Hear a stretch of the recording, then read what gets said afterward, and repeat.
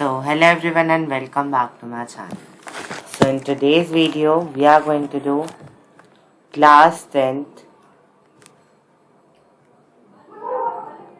and we are going to take science topic.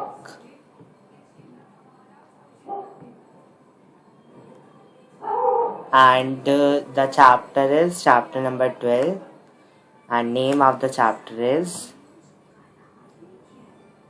electricity.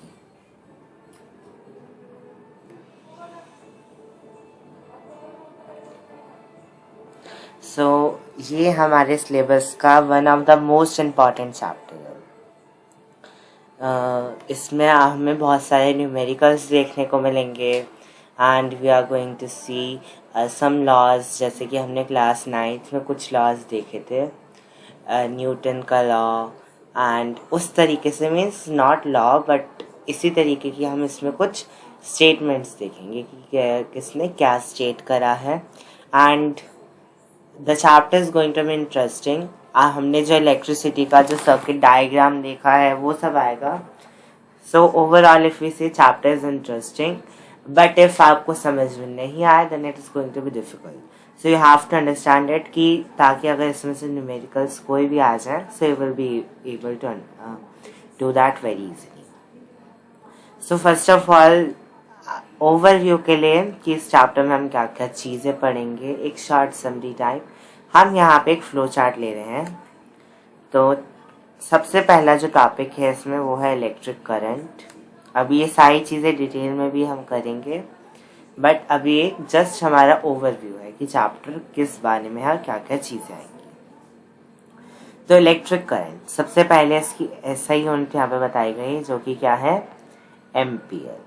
अब ये होता क्या है, it is the rate of flow of electric charges. Electric charges कौन से electric charges, electrons in a conductor. अब भी इसको हम समझेंगे कि क्या कहना चाह रहे हैं कि या फिर यहाँ पे क्या बात कही गई है. अभी जस्ट आप इसको एक बारी देख लीजिए, लुक मार लीजिए. अभी ये मत सोचिएगा कि समझ में तो आया ही नहीं, क्योंकि अभी समझाया जाएगा. अब इसमें एक्सपेरिमेंटली बताया गया है that it is measured by, electric current को किससे मेजर किया जाता है, एमीटर से. ये कनेक्ट कैसे होता है, सीरीज में कनेक्ट होता है ऑलवेज, जिससे कि हम मेजर करते हैं क्या, करंट को. सर्किट क्या होता है, यहाँ पे हमने एक सर्किट वर्ड यूज करा है. तो सर्किट क्या होता है, circuit, electric circuit is a continuous and closed path of an electric current. ठीक है. Direction of current flow in circuit, positive terminal of the cell to negative terminal. Means defines तो देखिए हम समझ लेंगे, अभी समझेंगे. लास्ट वाली बात बहुत ज़्यादा इंपॉर्टेंट है, मैं आपको बता देता हूँ. इसमें पेपर से भी क्वेश्चन आ सकते हैं कि हमारा जो इलेक्ट्रिक करंट का जो फ्लो होता है सर्किट में वो किस तरफ होता है. और इस क्वेश्चन का आंसर जो है हम नहीं दे पाते क्योंकि हमें नहीं पता होता. तो इस बात का देखिए, हमने अभी पहले की जो क्लासें हैं उसमें भी इस बात को पढ़ा हुआ है. कुछ लोगों को याद भी होगा ऑफ कोर्स, मगर अगर आपको नहीं याद है तो आप समझ लीजिए कि हमेशा जो करंट फ्लो होता है वो पॉजिटिव साइड से नेगेटिव साइड की तरफ फ्लो होता है. I hope it's now clear. अब ये वाली सीरीज हमारी खत्म हो गया, मैथमेटिकली वाली हम सीरीज पे जाएंगे. तो मैथमेटिकली हम इलेक्ट्रिक करंट का यहाँ पे फॉर्मूला दिया हुआ है जो कि क्या है, I equals to Q upon T. अब यहाँ पे I Q T क्या है ये भी हम पढ़ेंगे. और वेयर ओके, सो Q क्या है, यहाँ पे नेट चार्ज है that flows across cross section of a conductor in time. यहाँ पे Q के बारे में बताया गया है थोड़ा सा, लेकिन हमें तीनों ही बातें समझनी है तो इसलिए अभी हम वेट करेंगे. सो जब आप ये वाला चैप्टर मेरे से समझ के बिल्कुल पढ़ लेंगे तो फिर आपको अगर एक रिकैप लेना हो तो ये जो फ्लो चार्ट अभी आपकी स्क्रीन के सामने आ रहा है that is going to be very much helpful. अगर आप इसको एक बार फिर देख भी लेंगे तो आप सारी चीज़ें दोबारा से रिकैप कर पाएंगे. So if you want see आप इसका एक स्क्रीनशॉट भी अपने पास लेके रख सकते हैं, सो दैट अगर आपको इसको रीकैप करना तो आप इससे समझ सकते हैं। देन अगेन अब हम स्टार्ट करते हैं इस चैप्टर को।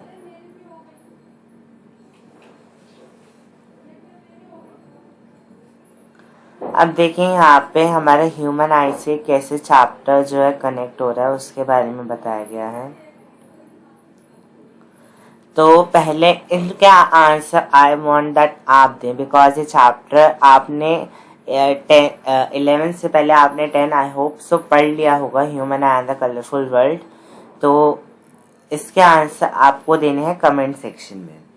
लास्ट में आंसर बताए भी जाएंगे, लेकिन उससे पहले आपको खुद ट्राई करना है कि इसका आंसर क्या होगा। तो पहला क्वेश्चन क्या है, विच natural phenomena is being shown here. So just answer comment down the answer. Second is, which of the following conditions are necessary for this phenomenon। जो इस फिगर में जो चीज दिखाई गई है इसके लिए क्या कंडीशन नेसेसरी है, यह हमें बताना है चारों ऑप्शन में से। नेक्स्ट है, what colour will be at number 1 and 2।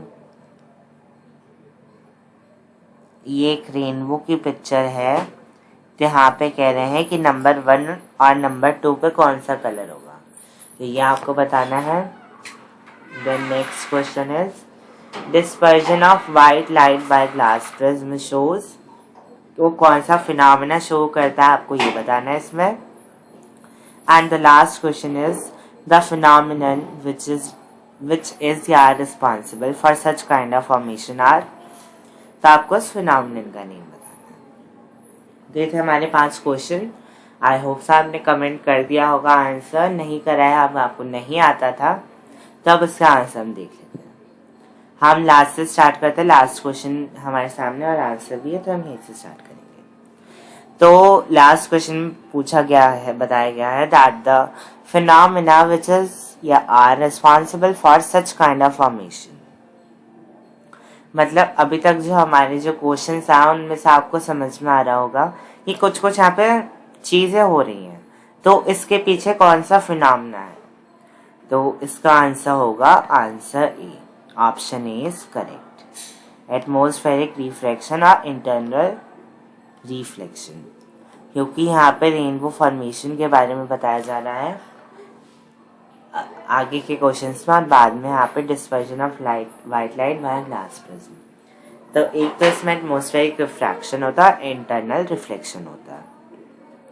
If आपको ये टर्म्स नहीं आती तो आपको चैप्टर पढ़ना पड़ेगा दोबारा से, क्योंकि ये चीजें वहाँ पे हमने समझी हुई हैं। So you have to understand that topic once again. Then हम बढ़ते हैं क्वेश्चन नंबर 4 की तरफ।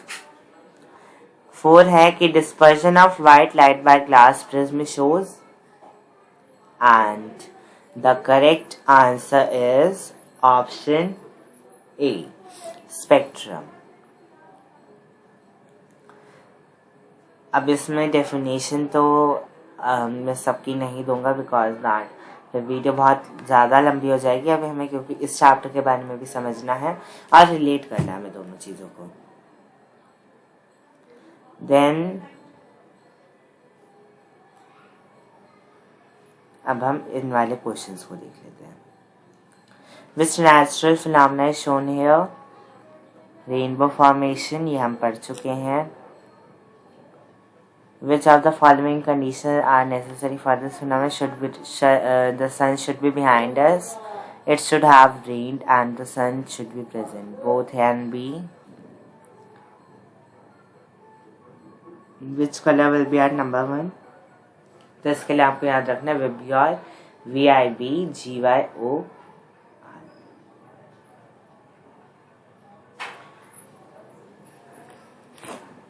तो विब्योर की हेल्प से आपको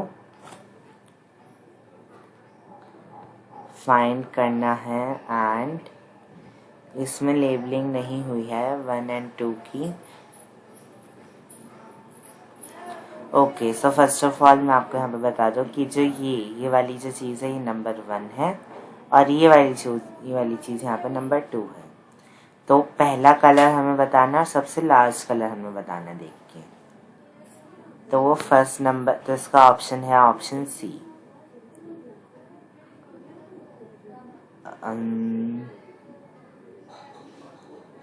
Wait, it is vice versa. One is this is number 2 and this is number 1. Interchange. So basically यहाँ पर labeling नहीं थी, that's why it is confusing. Wait, let me do it again. I'm labeling it again. See, this was because ये वाला answer यहाँ पे correct आ रहा है, तो उसका मतलब नंबर 1 ये होना चाहिए एंड नंबर 2 ये होना चाहिए।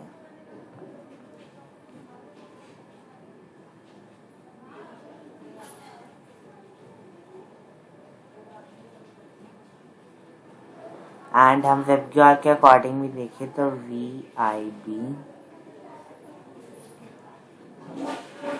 GYOR,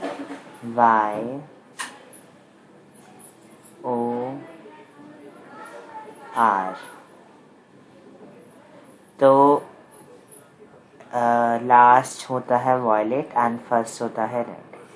तो इस वजह से फर्स्ट एंड लास्ट जिनकी लाइंस जा रही हैं वही थी नंबर 1 एंड 2। इस वजह से ये है इसका आंसर। अब हम बढ़ते हैं अपने चैप्टर की तरफ।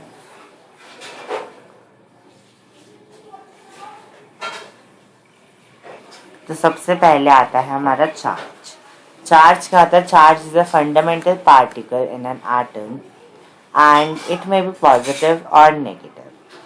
चार्ज जो है वो एक फंडामेंटल पार्टिकल होता है एटम के अंदर। मीन्स चार्ज एक ऐसी पार्टिकल है, एक ऐसी चीज है जो कि एटम के अंदर प्रेजेंट होती है। और जो चार्ज है वो दो तरीके के हो सकते हैं, या तो पॉजिटिव या फिर नेगेटिव। अब ये चीज़ हमने अपनी लास्ट क्लासेस में पढ़ी थी कि जो लाइक चार्जेस है, लाइक मतलब पॉजिटिव पॉजिटिव, यहाँ पे दो की बात हो रही है। अगर हम दो चार्जेस को लें तो पॉजिटिव पॉजिटिव या फिर नेगेटिव नेगेटिव, यहाँ पे भी दो की बात हो रही है। दो चार्जेस को हम लें जो कि या तो सेम हो, लाइक का मतलब होता है कि सेम हो।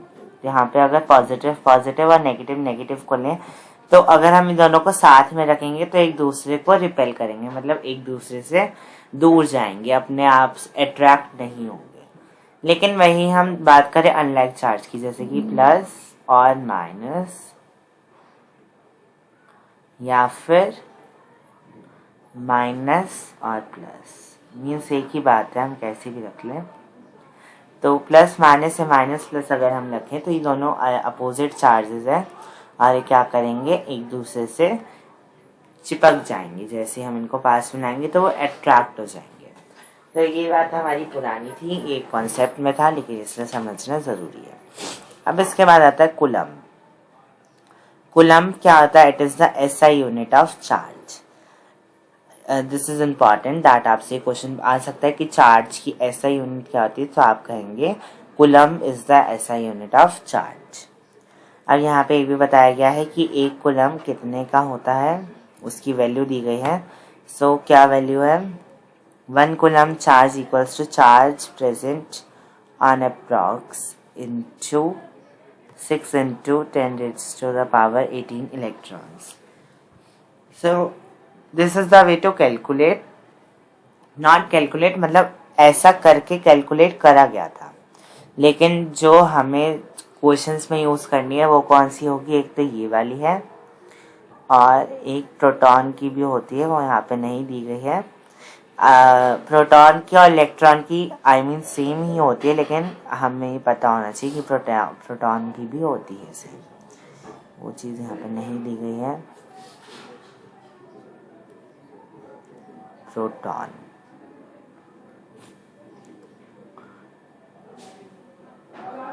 so it is P. I hope you will understand it. Proton, तो प्रोटॉन और इलेक्ट्रॉन दोनों की चार्ज की वैल्यू कितनी होती है? 1.6 into 10 raised to the power -19 coulomb. This is very much important, आप इसको एकदम याद करके रख लीजिए ये वाली वैल्यू, क्योंकि हर क्वेश्चन में आएगी। इस वाली को आपको याद नहीं रखना है जो ऊपर वाली लाइन में दी गई है, ये जस्ट हमें डिटेलिंग के लिए हमें एक कॉन्सेप्ट दिया गया है, लेकिन याद नहीं रखना है। जो याद करने की वैल्यू है वो ये वाली है, 1.6 into 10 raised to the power -19 coulomb. इसके बहुत सारे क्वेश्चंस भी बनते हैं, तो that is why you should remember it. अब देखिए, हाँ, या इसी के साथ हमारा एक फॉर्मूला भी आ जाता है, जो कि क्या है, इसको थोड़ा सा हम अच्छे से लिखेंगे। सी Q equals to NE। ये फॉर्मूला हमें इसके साथ मिल जाता है। अब यहाँ पे आप सोच रहे होंगे कि Q क्या है, N क्या है और E क्या है, तो चलिए इसको देखते हैं कि क्या है। Q का मतलब यहाँ पे है चार्ज। हमसे क्वेश्चन में पूछा जाता है कि व्हाट इज द चार्ज, तो ऐसा जहाँ पे भी आपको वर्डिंग दिखता है that what is the charge, तो आप वहाँ पे यही वाला फॉर्मूला यूज करेंगे। तो Q यहाँ पे हमें पता चल गया कि Q है चार्ज। N क्या होता है, number of electrons.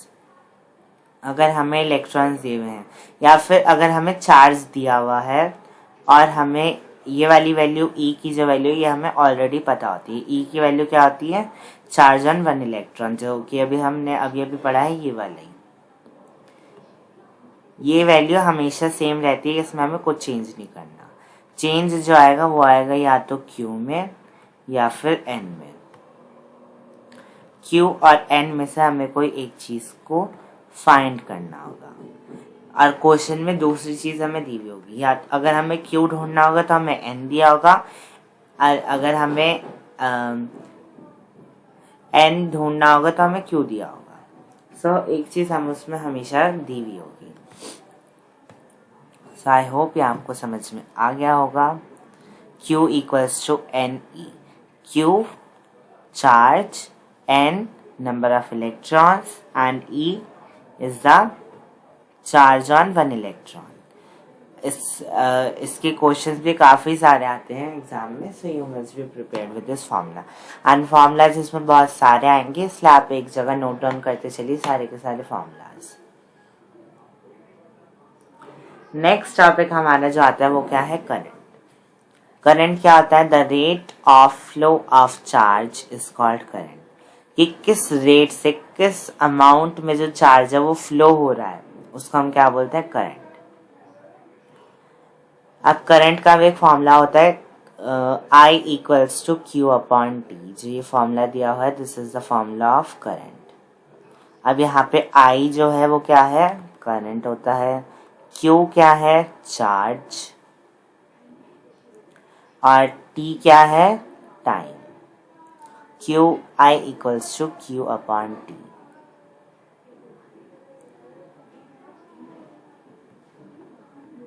Q upon T।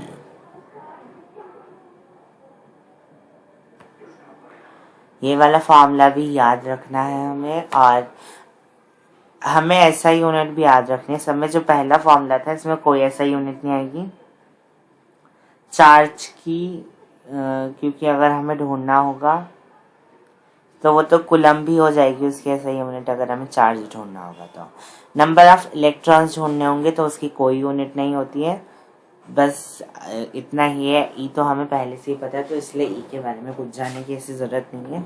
ई के साथ लेकिन कूलम आता है, ये हमें याद रखना है हमेशा। ऐसे यहाँ पे जो है करंट में जो फॉर्मूला लगेगा, इसमें ऐसा यूनिट जो है दैट इज एम्पियर।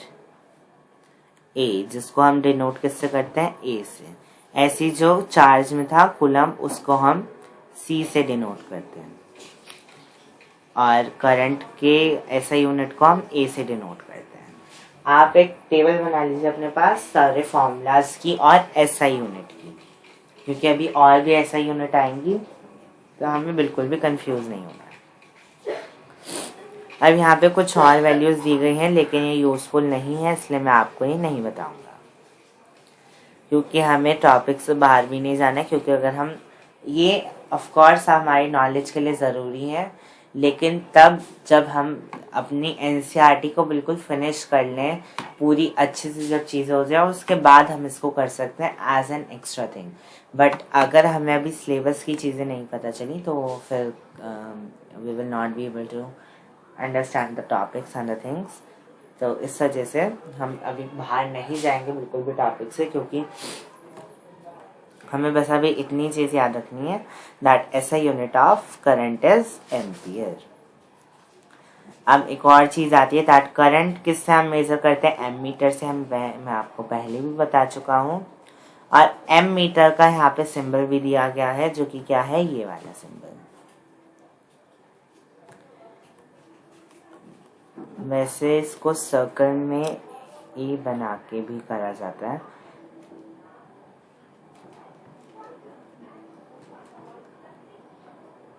प्लस और minus that will be decidable. ये तब डिसाइड होता है जब हमें पता चल जाए कि पॉजिटिव चार्ज फ्लो हो रहा है या फिर नेगेटिव चार्ज फ्लो हो रहा है। तो यहाँ पे भी एक सिंबल दिया गया है, बट जो हमारी बुक में जो दिया गया है हमें उसी को फॉलो करना है। सो आपको बुक वाला सिंबल लिखना है वहाँ पे। अब कह रहे हैं कि ammeter has low resistance and always connected in series. ये सीरीज में कनेक्ट होता है। अब सीरीज क्या होती है ये अभी हम आगे पढ़ेंगे, तो इसलिए अभी आप सीरीज को मत देखिएगा। अभी हम इतनी बात समझते हैं कि एम मीटर में बहुत लो रेजिस्टेंस होता है। रेजिस्टेंस मतलब एक हम जनरल भी हमें पता हो कि रेजिस्टेंस मतलब किसी भी चीज़ को रोकना। तो एम मीटर के अंदर बहुत कम रेजिस्टेंस होती है, मतलब एम मीटर जो है वो करंट को बहुत कम रोकता है, या फिर हम कह सकते हैं कि वो नहीं रोकता है। कई चीज़ें होती हैं कि अगर हम उसको लगा दें तो वो उसको रोक देती हैं, लेकिन एम मीटर जो है वो करंट को नहीं रोकता है, उसको जाने देता है। ये चीज़ भी हमें नहीं पढ़नी है, इसको डिलीट कर दीजिए। अब आता है हमारा potential difference. Work done to move a unit charge from one point to another. ये इसकी डेफिनेशन है। अब वर्क डन का मतलब क्या होता है? वर्क डन मतलब हमने कितना काम किया। एक यूनिट चार्ज मतलब चार्ज को एक जगह से दूसरी जगह तक ले जाने के लिए जितना वर्क किया गया है, जितनी हमने मेहनत की है, हम कह सकते हैं, वो पोटेंशियल डिफरेंस होता है। अब वर्क डन हमने क्लास 9 में पढ़ा था, तो उसको हम डिटेल नहीं करेंगे यहाँ पे। इसका फॉर्मूला होता है V = W/Q। ओके, तो यहाँ दिया नहीं हुआ है।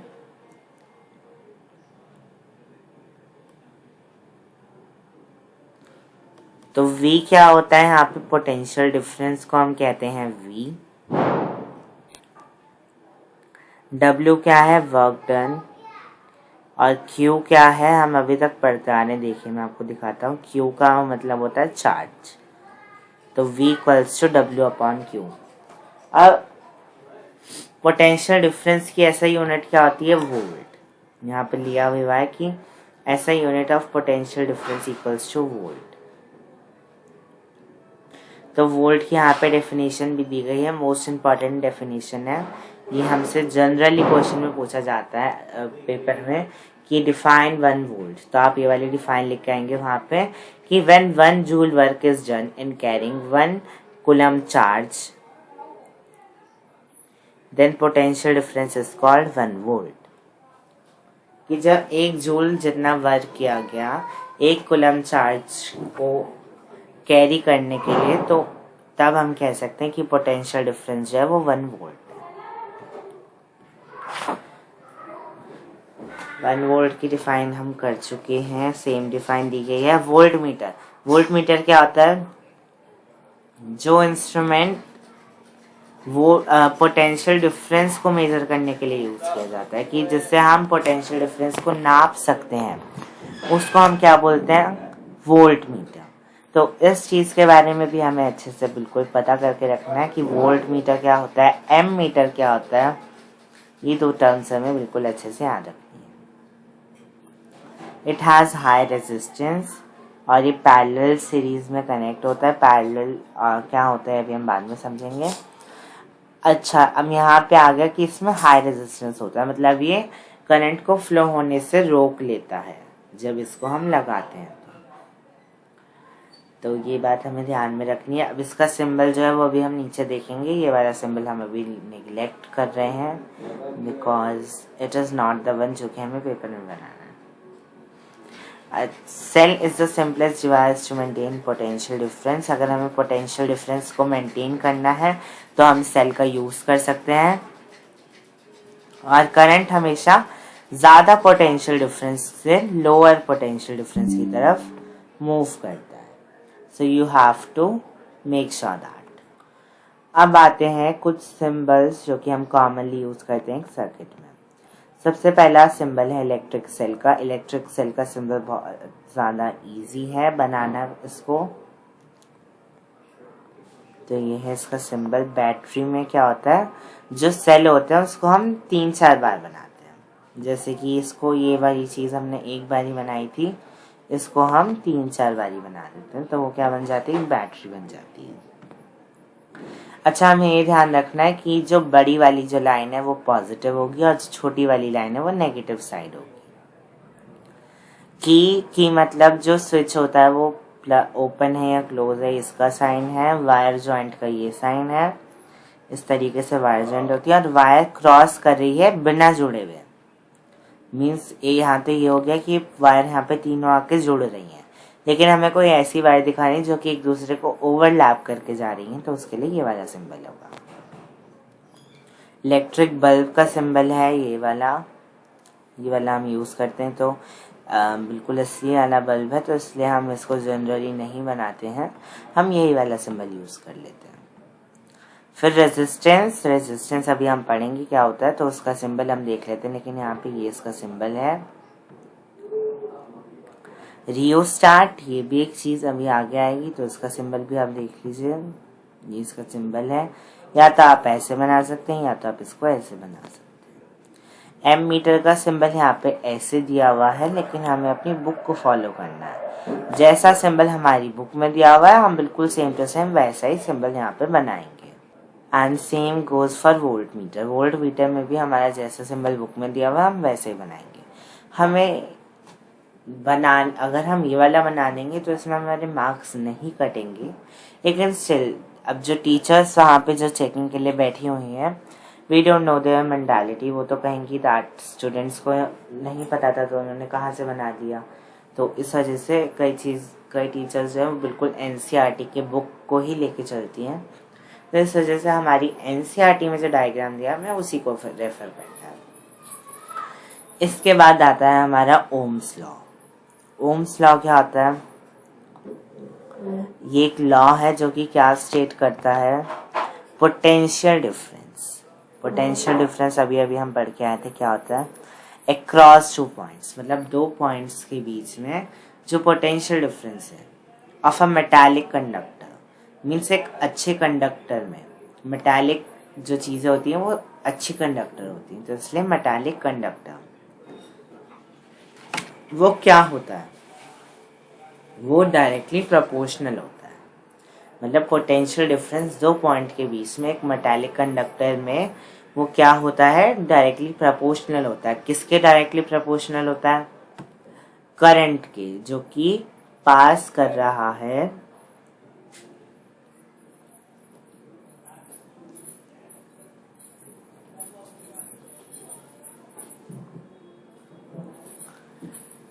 करंट जो कि पास कर रहा है through the circuit, provided that temperature remains constant.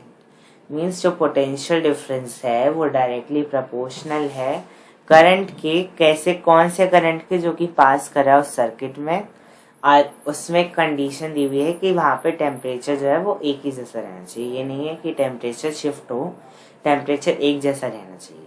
तो उस केस में जो पोटेंशियल डिफरेंस है वो डायरेक्टली प्रोपोर्शनल हो जाता है करंट से। अब मैथमेटिकली हम इसको कैसे रिप्रेजेंट करते हैं, v इक्वल्स टू I। अब जब हम इस v को डायरेक्टली प्रोपोर्शनल I के करें तो अगर हमें इसे इक्वल्स टू लाना है तो इसके लिए हमें इसको हटा के कोई ना कोई वेरिएबल लाना पड़ेगा। ये हमने अपनी क्लास 9th में भी करा था कि हम जब डायरेक्टली प्रोपोर्शनल वाले साइन को हम हटाते थे तो हम उसकी जगह किसी भी एक वेरिएबल को हम ले आते थे। तो यहाँ पे हम किसको ले आए हैं, r को। v equals to I r हमने कर दिया। अब यहाँ पे r जो हम लाए हैं वो क्या है, r जो है यहाँ पे वो क्या है, रेजिस्टेंस है of a given metal. r जो यहाँ पे आ गई है चीज वो क्या है, रेजिस्टेंस है। तो अभी रेजिस्टेंस क्या है ये भी हम आगे जाके पढ़ने वाले हैं। यहाँ पे हमें एक चीज़ बताई गई है तो हमें उसको याद रखना है। अब इसको हम ये जो डेफिनेशन दी गई है हम इसको याद करने के लिए क्या कर सकते हैं, हम इस फॉर्मूले को याद कर सकते हैं। अगर हमने ये फॉर्मूला याद कर लिया तो हम डेफिनेशन अपने आप से भी बना सकते हैं। क्या डेफिनेशन बन सकती है कि पोटेंशियल डिफरेंस जो कि फ्लो कर रहा है दो पॉइंट्स के बीच में वो डायरेक्टली प्रोपोर्शनल होगा करंट जो उससे पास कर रहा है उस सर्किट में, और वहाँ पे एक चीज़ होनी चाहिए, कंडीशन होनी चाहिए कि जो टेम्परेचर है वो कांस्टेंट होना चाहिए। अगर हम इसको हिंदी में अपने वर्ड्स में एक बार हम अपने माइंड में सोचेंगे तो हम उसको इजीली ट्रांसलेट करके इंग्लिश में पेन डाउन कर सकेंगे। तो इसलिए हमें ये वाली चीज़ अपने माइंड में ये फॉर्मूला बिल्कुल अच्छे से रख लेना है। VI graph means potential difference and current का ग्राफ, जो कि ओम लॉ अभी स्टेट करा था वो एक ग्राफ है, इतना इम्पोर्टेंट नहीं है। तो इसके बारे में आपको बस उसको एक बार देख लेना है, मेरे पेपर में कभी भी नहीं आता तो इसके बारे में हमें ज़्यादा बारी नहीं होना। अब आ जाते हैं हम रेजिस्टेंस पे। इतनी देर से हम रेजिस्टेंस के बारे में काफ़ी बारी हमने ये वाली टर्म यूज़ करी, लेकिन फाइनली अब ये टर्म आ गई है, अब हम इसको समझ लेते हैं। तो रेजिस्टेंस क्या होता है, रेजिस्टेंस एक प्रॉपर्टी होती है कंडक्टर की जिसमें वो रेजिस्ट करता है जो चार्ज उसमें फ्लो कर रहे हैं उसको पास होने से। आई होप आपको समझ में आ गया होगा। देन ओम इसकी ऐसा यूनिट होती है, इसका सिंबल क्या होता है, ओम का ये सिंबल होता है ओम का। और 1 ओम किसकी इक्वल होता है, 1 वोल्ट अपॉन 1 एम्पियर। ये इसका फॉर्मूला भी हो जाता है। कैसे, यहाँ पे जो आर आ रहा है वो रेजिस्टेंस है, तो I equals to V upon I। तब देखिए R equals to V upon I, हमने इसका फॉर्मूला बना दिया। अगर हमें रेजिस्टेंस को फाइंड आउट करना है तो ये हमारा ये वाला फॉर्मूला हो जाएगा। तो R की जगह हम इसका ऐसा यूनिट रखें 1 ओम, और वोल्ट की जगह हम 1 वोल्ट रखेंगे क्योंकि इसकी ऐसा यूनिट होती है। और I मतलब करंट की जगह हम उसकी यूनिट रखेंगे जो कि एम्पियर होती है, तो हमें बिल्कुल यही वाली चीज़ दोबारा से मिल जाएगी। 1 ohm equals to 1 volt upon 1 ampere. अब 1 ओम की डेफिनेशन भी कभी कभार पेपर में आ जाती है, तो ये इसकी डेफिनेशन है कि जब potential difference is 1 volt and current through circuit is 1 ampere then resistance is 1 ohm. कितनी इजी डेफिनेशन है, बस हमें फॉर्मूला आना चाहिए तो हम इसको अपने आप भी बना सकते हैं। अब रियोस्टैट क्या होता है ये हम पढ़ लेते हैं। Variable resistance is a component used to regulate current without changing the source of voltage। Means एक कॉम्पोनेंट होता है जो कि करंट को रेगुलेट करता है बिना चेंज करे किस चीज को, वोल्टेज को। अब हम इसमें आगे बढ़ेंगे। नेक्स्ट टॉपिक जो हमारा आता है, it is the most important topic, factors on which resistance of a conductor depends. कि कौन से फैक्टर्स पर रेजिस्टेंस हमारा डिपेंड करता है। तो इसमें बहुत सारा लाइंस दी गई हैं। पहले में जिसमें मेन चीज़ है उसको अंडरलाइन कर देता हूँ। Length of conductor, area of cross section, temperature and nature of material. अब इन चीज़ों को यहाँ पे ज़्यादा डिफाइन नहीं किया गया है, बट इसको हमें डीपली समझना है, तो इसलिए मैं इसको आपको डिफाइन करता हूँ। Directly proportional to the length of the conductor means जो रेजिस्टेंस है वो डायरेक्टली प्रोपोर्शनल होती है लेंथ के,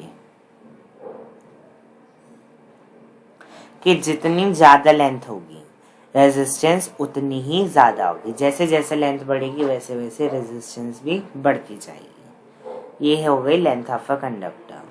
नेक्स्ट है inversely proportional to area of cross section.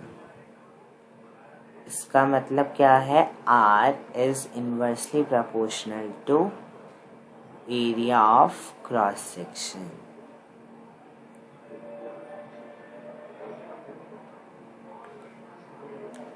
Area of cross section मतलब होता है उसकी थिकनेस। जितनी ज़्यादा वायर जो है वो मोटी होगी उतना ही उसमें रेजिस्टेंस जो है वो कम होगा। लेंथ में क्या था? लेंथ ज़्यादा होगी तो रेजिस्टेंस ज़्यादा होगा, लेकिन अगर वायर जो है वो मोटी होगी तो उसमें रेजिस्टेंस कम होगा। तो ये इनवर्सली प्रोपोर्शनल होता है। नेक्स्ट है डायरेक्टली प्रोपोर्शनल टू टेम्परेचर।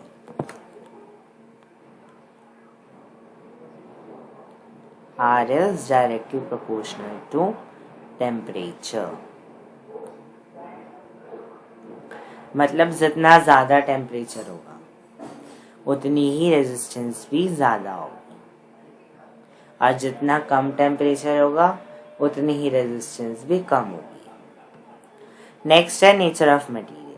अगर जो मटेरियल है वो अच्छा कंडक्टर है,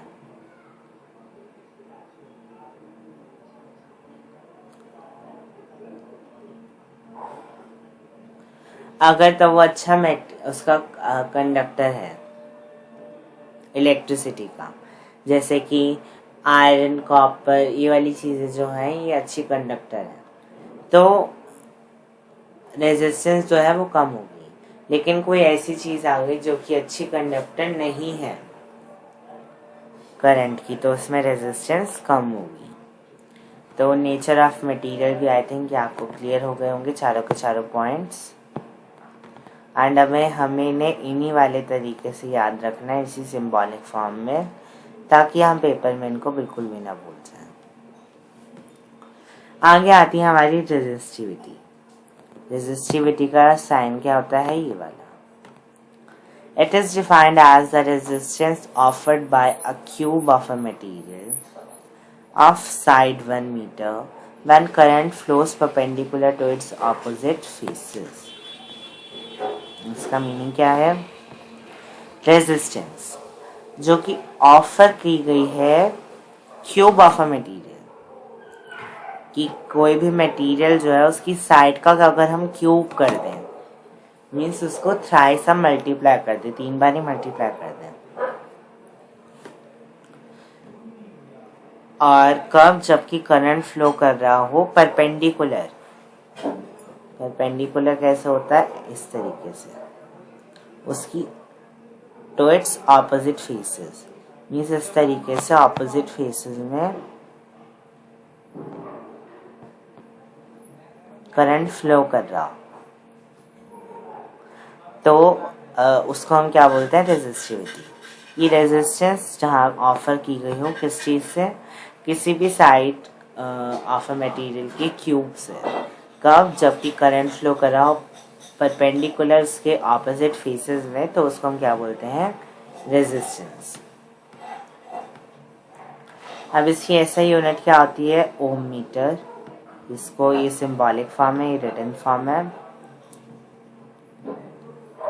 resistance does not change with the change in length or the area of cross section। Okay, तो रेजिस्टिविटी है, जैसे कि अभी हमने रेजिस्टेंस के 4 पॉइंट पढ़े थे, तो यहाँ पे उसको बताया गया है कि जो रेजिस्टिविटी है वो चेंज नहीं होती है, उसको मतलब कोई फर्क नहीं पड़ता है लेंथ और थिकनेस से, लेकिन उसको फर्क किससे पड़ता है? टेम्परेचर से। अब आते हैं range of resistivity of metals and alloys. तो ये रेंज दी गई है, इतनी इम्पॉर्टेंट नहीं है। इंसुलेटर की भी इम्पॉर्टेंट नहीं है, हमें रेंज नहीं करनी रेजिस्टिविटी। ओके, तो यहाँ पे हमें बताया गया है कि एलॉयज की जो रेजिस्टिविटी होती है वो ज़्यादा होती है किससे, उससे कि जो उसके जिससे वो चीज़ बनी है, मीन्स एलॉय दो चीज़ों के कॉम्बिनेशन से बनता है। तो जिन चीज़ों से वो बनता है उससे ज़्यादा रेजिस्टिविटी किसकी होती है, उस एलॉय की होती है। एलॉय जो है वो बर्न नहीं होते हैं हाई टेम्परेचर पे, so they are commonly used in electrical heating devices. Okay, तो जो एलॉयज हैं वो हाई टेम्परेचर पे भी बर्न नहीं होते, मीन्स वो जलते नहीं है चाहे आप कितना भी ज़्यादा टेम्परेचर में। तो इस वजह से उनको किस में यूज़ किया जाता है, इलेक्ट्रिकल हीटिंग डिवाइसेस में, जो कि इलेक्ट्रिसिटी की जो चीज़ें हैं जिनमें कि हीटिंग इफेक्ट चाहिए, तो उसमें हम एलॉयज का यूज़ करते हैं। और कॉपर और एल्यूमिनियम की चीज़ें यूज़ करी जाती हैं इलेक्ट्रिकल ट्रांसमिशन में, जहाँ की हमें इलेक्ट्रिसिटी को ट्रांसमिशन करना हो, क्योंकि वहाँ पे हमें लो रेजिस्टिविटी चाहिए होती है, इस वजह से। अब यहाँ पे रेजिस्टर्स आ जाते हैं। रेजिस्टर्स जो हैं एक तो वो सीरीज़ में होते हैं और एक वो पैरेलल होते हैं। तो जो सीरीज़ में होते हैं वो कुछ इस तरीके से होता है कि वो एक के बाद एक होते हैं, बिल्कुल भी वो ऐसे नहीं होते कि एक यहाँ पे आगे, जो अब ये मीन्स पैरेलल नहीं होते हैं, वो सीरीज़ में होते हैं, एक के बाद एक आते हैं। अभी हम जब हम पैरेलल समझ लेंगे तो हमें दोनों में डिफरेंस जो है वो क्लियर हो जाएगा। डेफिनेशन दी गई है, वो तो हम खुद भी बना सकते हैं, तो इस वजह से मैं एक्सप्लेन नहीं कर रहा हूँ।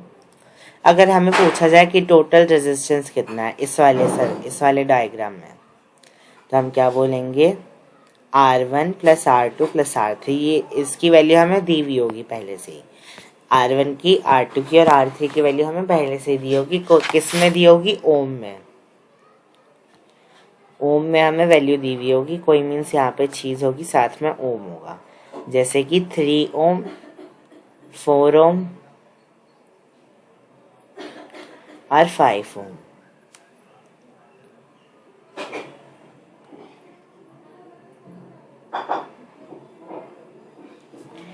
R 3 ओम है R1, 4 ओम है R2 और 5 ओम है R3। तो अगर हमें ये वाली वैल्यूज़ दी हुई हैं, तो अगर हमसे बोला जाए कि हमें टोटल रेजिस्टेंस निकालना है, तो हम क्या करेंगे, इन तीनों को प्लस कर देंगे। तो क्या आंसर आएगा, 9, 10, 11, 12। आंसर आएगा 12, अगर हम R1, R2, R3 की वैल्यू ये वाली दी हुई है हमको। इसके बाद जो नेक्स्ट इम्पॉर्टेंट चीज़ है, वोल्टेज का हमें सम नहीं आता है, तो इसलिए हम वोल्टेज का नहीं करेंगे, ये वाली चीज़ छोड़ दीजिए। आते हैं अब रेजिस्टेंस इन पैरेलल। तो पैरेलल में क्या होते हैं, ये पैरेलल हमें चीज़ें पता होती है जो कि इस तरीके से दी हुई है, एक दूसरे के पैरेलल। तो इसी तरीके से ये सब कनेक्ट भी होते हैं पैरेलल में, R1, R2 और R3।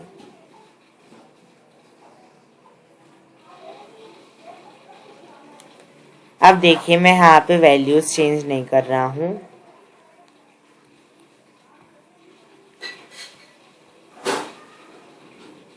इसका फॉर्मूला अगर हमें सम, इसमें भी अगर हमें बोला जाए कि टोटल रेजिस्टेंस बताओ ऐसे वाले डायग्राम में, तो आप क्या करेंगे, आप ये वाला फॉर्मूला यूज करेंगे।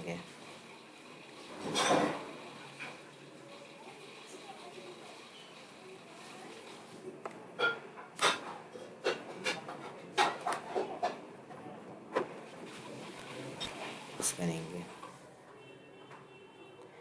1/R पी, आर पी हमें यहाँ पे पी नहीं लिखना है, हम यहाँ पे बस 1/R equals to 1/R1, 1/R2 और 1/R3।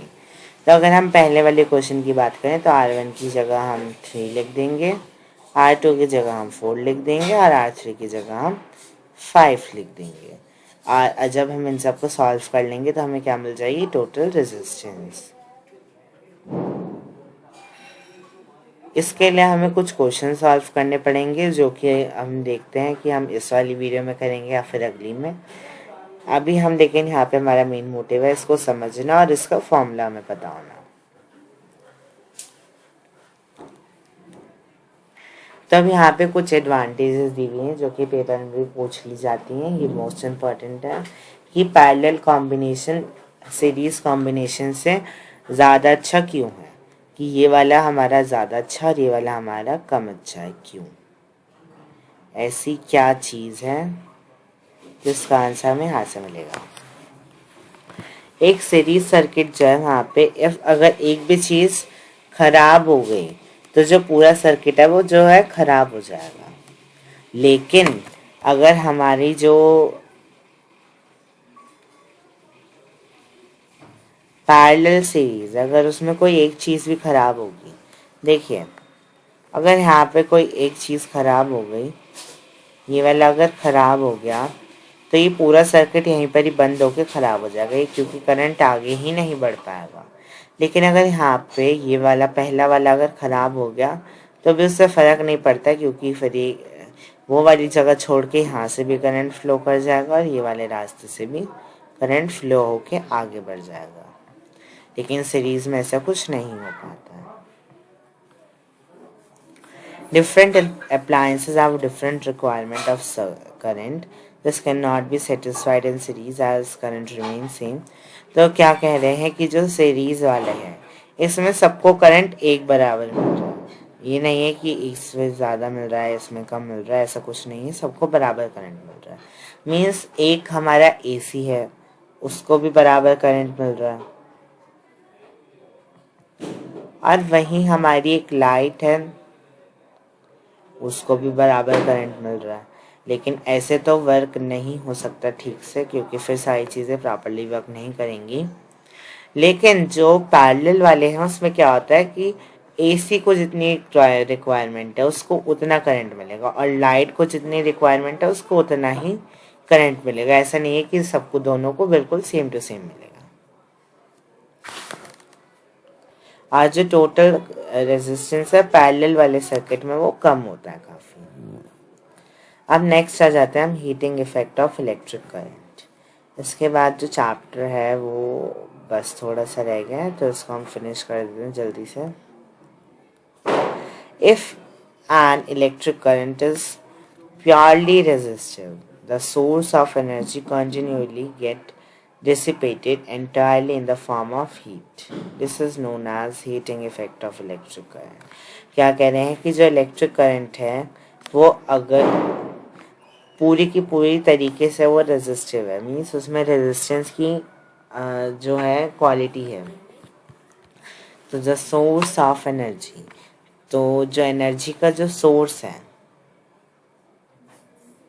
वो क्या होगा, जैसे कि देखिए मैं आपको यहाँ पे शो करता हूँ। देखिए एक चीज़ है और यहाँ पे काफ़ी ज़्यादा रेजिस्टेंस है, तो करंट जो वो फ्लो नहीं हो पाएगा और वो एक ही जगह रह जाएगा जहाँ से वो निकल रहा है। मान लीजिए यहाँ से वो करंट निकल रहा है तो क्या होगा, वो करंट यहीं पे रहेगा और वो एक हीट के फॉर्म में कन्वर्ट हो जाएगा।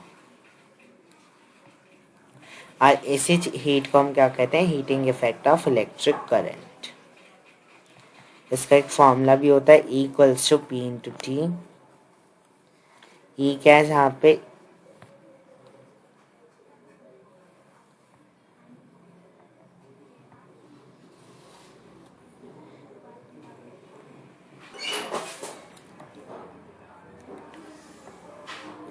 E is the energy, P is the power and T is time। तो ये भी एक हमारा फॉर्मूला है। बस इसमें हमें इस वाले टॉपिक में हमें और कोई फॉर्मूला नहीं देखना, हमें ये वाले फॉर्मूले पे वर्क करना है।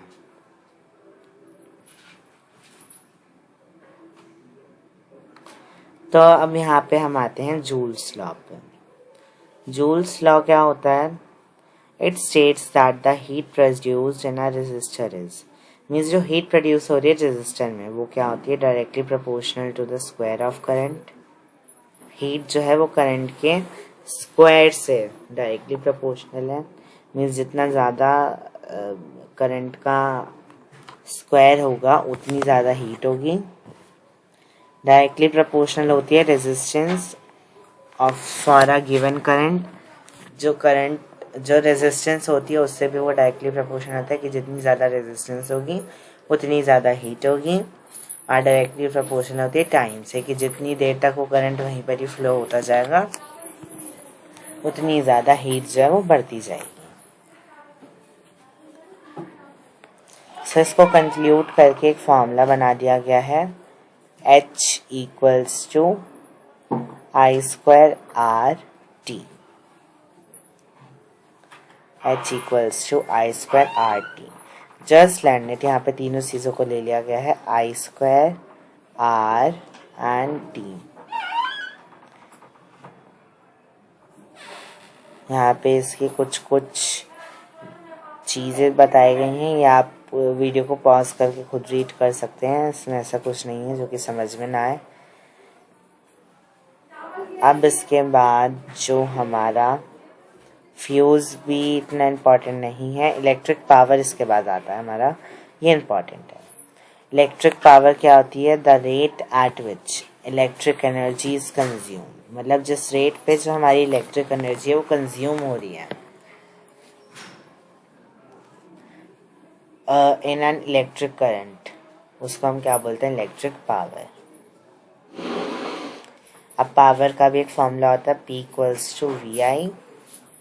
V क्या होता है, यहाँ पे हम पढ़ चुके हैं पोटेंशियल डिफरेंस, और I क्या होता है, करंट। एक और फॉर्मूला यहाँ पे दिया है जो कि इम्पॉर्टेंट नहीं है, हम इस वाले से ही वैसे जनरली सॉल्व कर देते हैं आंसर्स को। आप इसको वैसे भी लर्न कर सकते हैं, हमें सारी चीज़ें हम पता चल चुकी हैं, V क्या है, I क्या है, R क्या है, Q क्या है, तो आप इनको अपने आप से भी देख के समझ सकते हैं अगर आपको इनको यूज़ करना हो तो। It's not something like that कि आपको बताना पड़ेगा, आप इसको खुद भी देख सकते हैं। पावर की यूनिट क्या होती है, वाट होती है पावर की यूनिट, इसका सिंबल W। अब यहाँ पे 1 वाट के बारे में बताया गया, 1 watt equals to 1 volt into 1 ampere. Volt क्या होता है, पोटेंशियल डिफरेंस, और एम्पियर क्या होता है, इलेक्ट्रिक करंट। ये चीज़ हम पढ़ चुके हैं, ऐसा यूनिट होती है इनकी, इस वजह से। अब यहाँ पे कमर्शियल यूनिट के बारे में बताया गया है इलेक्ट्रिक एनर्जी की, तो वो क्या होती है, kilo watt hour.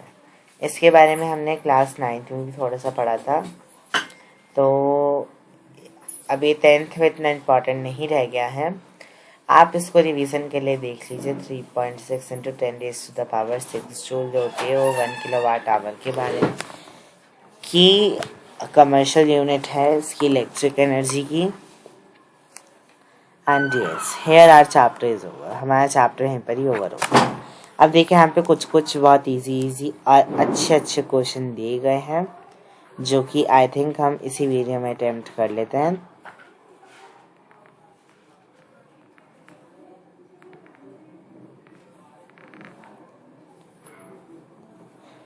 Define SI unit of electric current, comment down, potential difference, comment down, resistance, comment down, electric power, comment down, and electrical energy consumed. All सारे आपको कमेंट डाउन करने, तो अभी हमने वीडियो में सारे देखे हैं तो इस वजह से ही नहीं बताएंगे। Define the term resistivity, okay very easy, ये भी आप कमेंट में डिफाइन करेंगे। Device use for measuring the currents, ये हम आपके लिए दोबारा से बता देते हैं।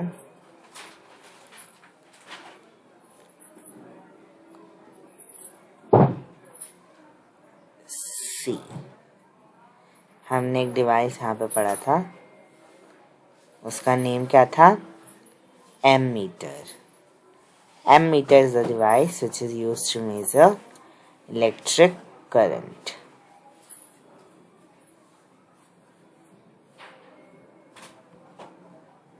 चलिए वापस चलते हैं वहीं पर ही। इसके बाद देखिए काफ़ी सारे अच्छे अच्छे क्वेश्चन दिए गए हैं, तो आई थिंक इसको आपको खुद अटेम्प्ट करना चाहिए। एंड कुछ अगर आपको इनमें से आंसर्स आते हैं तो इनका आप कमेंट सेक्शन में भी टाइप कर सकते हैं। इसके आंसर की मैं एक सेपरेट वीडियो बनाऊंगा, बिकॉज ये लेंथी आंसर्स हैं, ऐसे वीडियो में नहीं सॉल्व कर पाएंगे। तो इसके लिए हम एक आंसर की वाली वीडियो बनाएंगे, जिसमें कि अगर आपने कमेंट में आंसर सही दिया होगा तो आपका नेम भी वहाँ पे डिस्प्ले होगा ईच क्वेश्चन के साथ। देन कुछ मल्टीपल चॉइस आंसर है, इनके आंसर की भी दी हुई है, इनको आप देख भी सकते हैं अपने आप से ही। इसके बाद सॉल्व वाले स्टार्ट हो रहे हैं।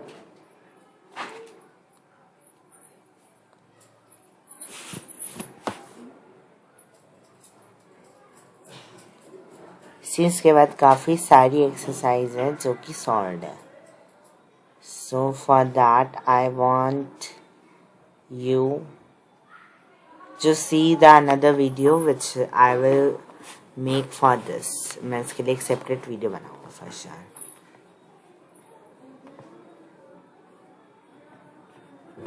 ये चैप्टर हमारा यहीं ख़त्म होता है, ये वीडियो भी यहीं पर ही ख़त्म होती है। आई होप आपको वीडियो अच्छी लगी होगी तो don't forget to like, share, comment and subscribe the channel and stay connected for more videos like this। आपको और कोई टॉपिक भी चाहिए हो तो आप कमेंट डाउन कीजिए, वो टॉपिक शॉर्टली उस पर वीडियो बन जाएगी। and we'll see you in my next video। till then goodbye। and ये मैं आपको ग्राफ दोबारा से शो कर रहा हूँ। अब आई होप कि इनमें से जो भी चीज़ें आपको दी गई हो अब वो आपको क्लियर होंगी। अब ऐसा कुछ नहीं होगा जो कि आपको समझ में ना आया हो। सो